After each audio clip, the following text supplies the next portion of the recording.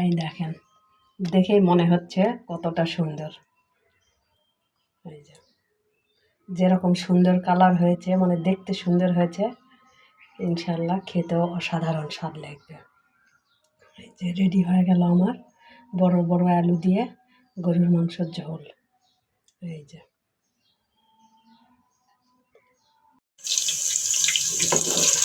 এখানে আমি বড় বড় সাইজের কিছু আলু ভাজতেছি। এরকম বড় বড় আলু দিয়ে গরুর মাংস দিয়ে ঝোল রান্না করলে অসাধারণ স্বাদ লাগে। আমি এটা গরুর মাংস দিয়ে রান্না করতাম।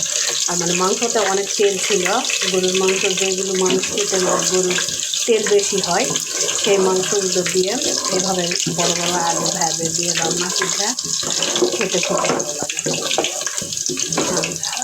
আমাদের মাংসতে মানে অনেক বেশি পরিমাণ তেল গরুর মাংসতে, এই জন্য এই আলুগুলো ভাজতেছি, এগুলো দিয়ে রান্না করবো। অনেক বড় বড় আলু, আর গরুর মাংসের এই বড় বড় সাইজের এই আলুগুলো খেতে কিন্তু অসাধারণ লাগে। এই যে আলুগুলো আমার ভালো করে ভাজা হয়ে গেল। এখন এর মধ্যে যে প্রেশার কুকারে সিটি দিয়েছিলাম মাংস, এই মাংসগুলো এখানে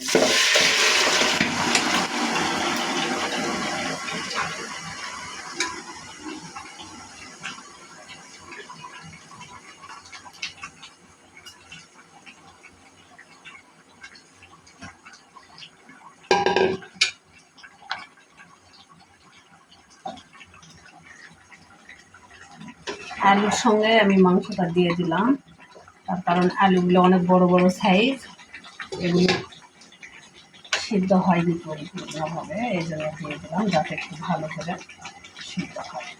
রসুনগুলো উঠায় রাখলাম। আমাদের বাসায় সকলে এরকম গোটা গোটা রসুন খাই, এই জন্য অনেক বেশি রসুন আমার দিতে হয় মাংসতে। গরুর মাংস রসুনগুলো কিন্তু আসলেই স্বাদ লাগে খেতে, এই জন্য দেওয়া।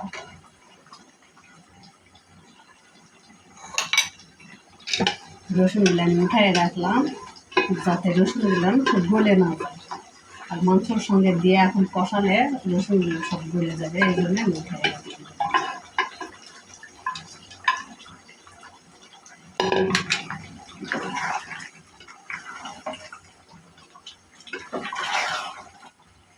মাংসতে অনেক বেশি তেল, মানে তেলের পরিমাণ অনেক বেশি, এই জন্য এরকম করে বড় বড় সাইজ করে আলু দিয়ে দিলাম মাংসগুলোতে, যাতে খেতে অনেক স্বাদ লাগে।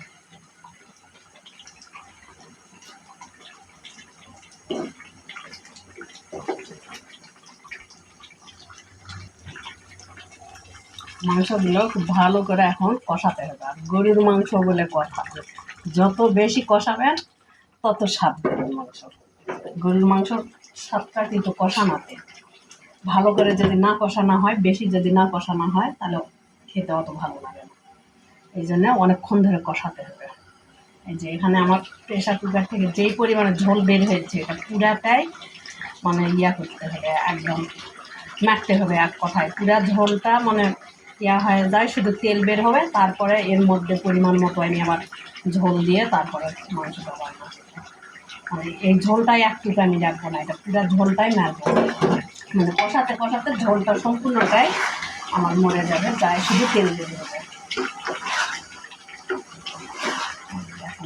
বড় গরুর মাংস, এই জন্য মানে অনেক বেশি তেল, আর এই তেলের কারণে আলুটা, আলু দিয়ে এরকম তেল মাংস হলে আলু দিয়ে রান্না করে খেতে তো খুব ভালো লাগে।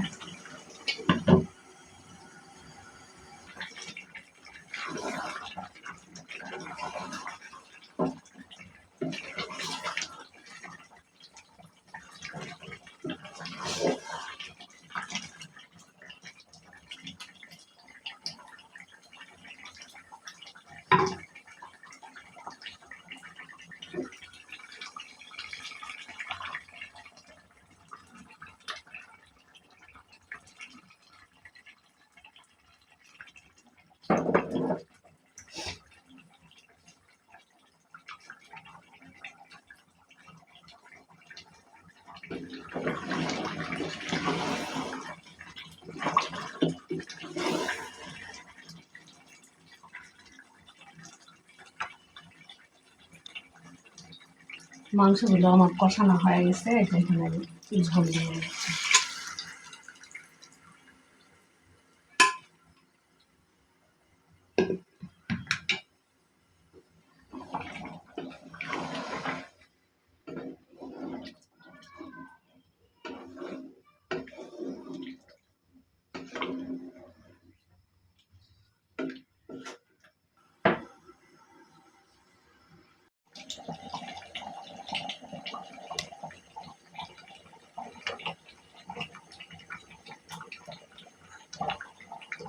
এই যে উঠে রাখা রসুনগুলো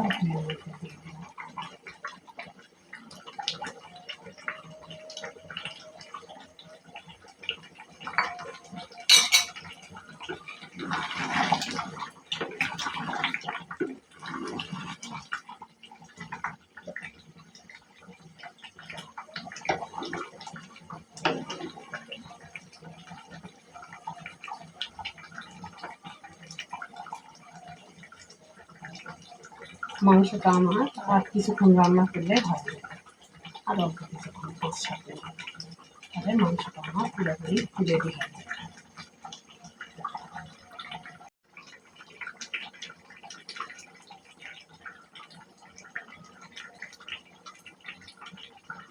মাংসটা আমার রান্না হয়ে গেল, বড় বড় আলু দিয়ে গরুর মাংসের ঝোল।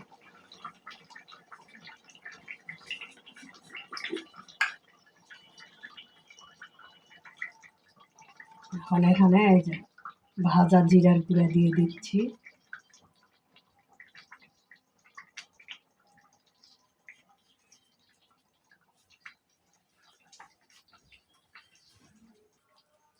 আর এখানে এই যে অল্প পরিমাণ পেঁয়াজ বেরেস্তা দিয়ে দিচ্ছি।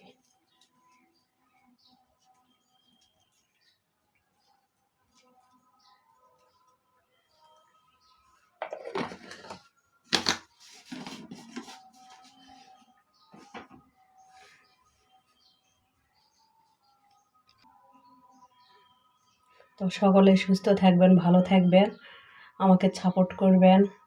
আমার ভিডিওগুলো যদি ভালো লাগে তাহলে লাইক কমেন্ট করবেন আর আমাকে সাপোর্ট করবেন। আর যারা যারা আমার পেজটাকে ফলো করেননি তারা অবশ্যই আমার পেজটাকে ফলো করে দিবেন। সকলে সুস্থ থাকবেন, ভালো থাকবেন। ঈদ মোবারক। আল্লাহ হাফেজ সবাইকে।